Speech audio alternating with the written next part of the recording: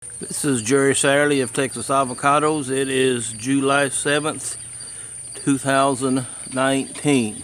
The early black fruit is now starting to turn to the black culture, which means that they are reaching maturity. And I'm going to walk in here to the big Mexico La Grande.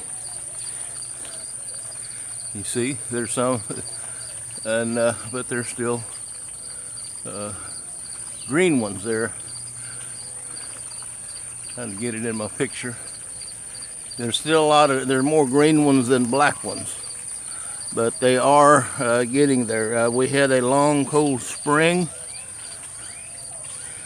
and it threw everything back a few weeks.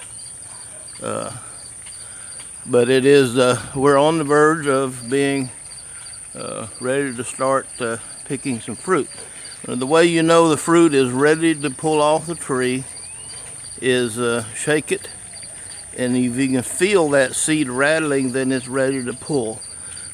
This is my poncho. They're smaller. They're also an early fruit. They're getting ready too, but there's so many fruit on this little tree that they're going to be a little smaller than usual.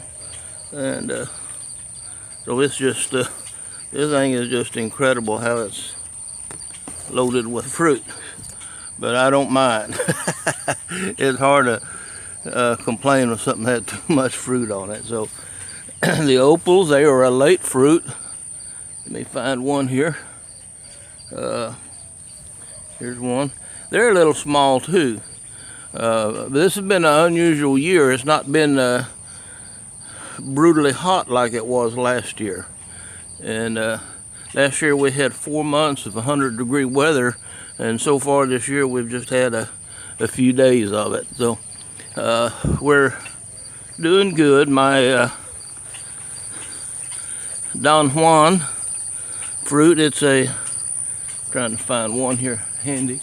There's some up there. They will be a large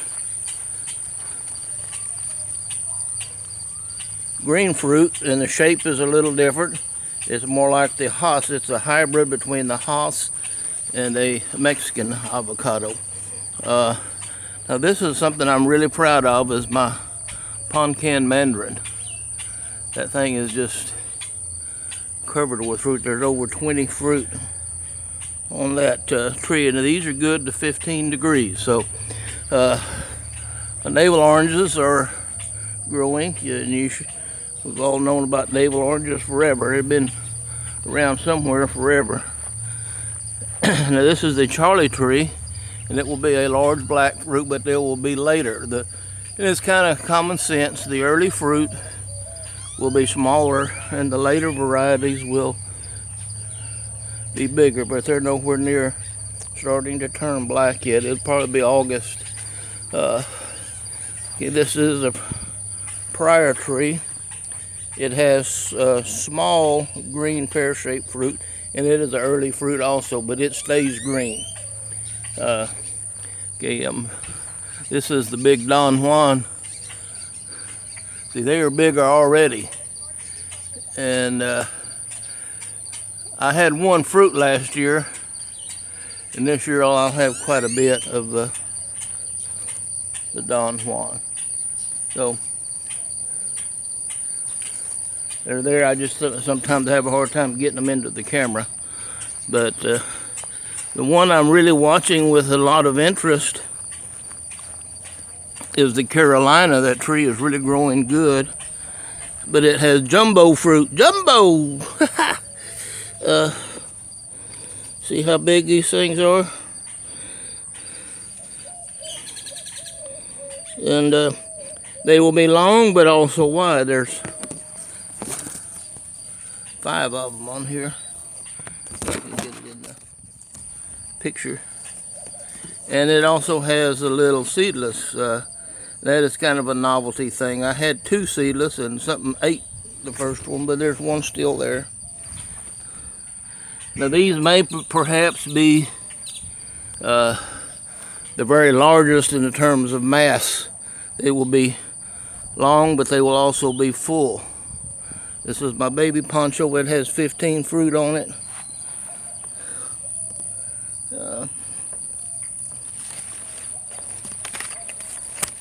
See? And again, the poncho is my favorite. People ask, what is your favorite poncho? Poncho, poncho, poncho. No argument. But this is the Wilma. And it will be a black fruit. It will be late August or maybe September. But it has so far been my very largest, but it's more of a elongated. It has a little crooked shape to it like a squash to a certain degree. And they will turn black, but everything is going good with them. So life is good. I'm having a good time. And my Wilma seedling here, that thing's up over 10 feet tall. I just planted it in the fall, and this will give you an idea of what to expect. 3 years ago it was a fruit. Now it's a tree. So I give away all these seedlings, and if you folks take care of them, you could very well wind up with a tree within 3 or 4 years. 3 years will be up and big. But then this is the opal, and there's my big opal. How tall is that thing? I get into arguments with people. They say, oh, it's 18 feet, folks.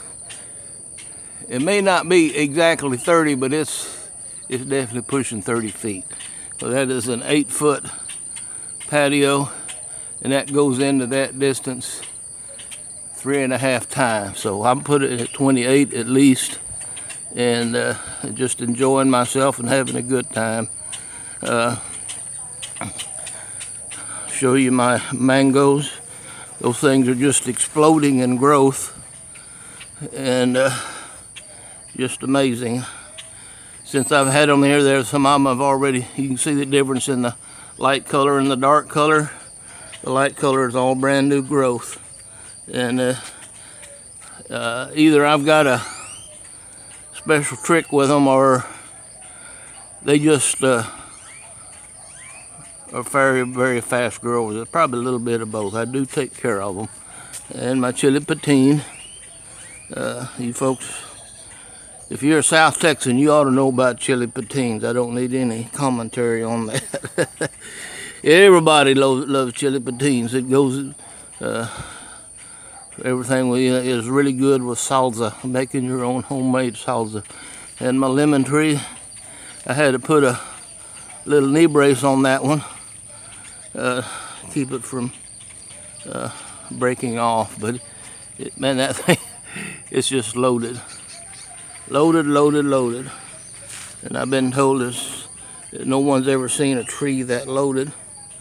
It's just one of those gifts of God. So I want to thank you for all your support for this. I've got almost 180 subscribers, 178 or something like that last time I looked.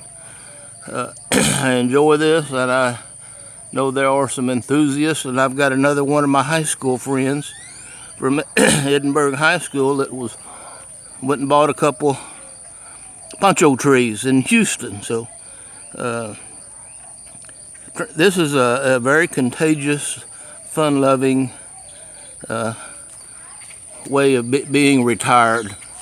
You just grow these trees. Valley people love this kind of stuff. City people,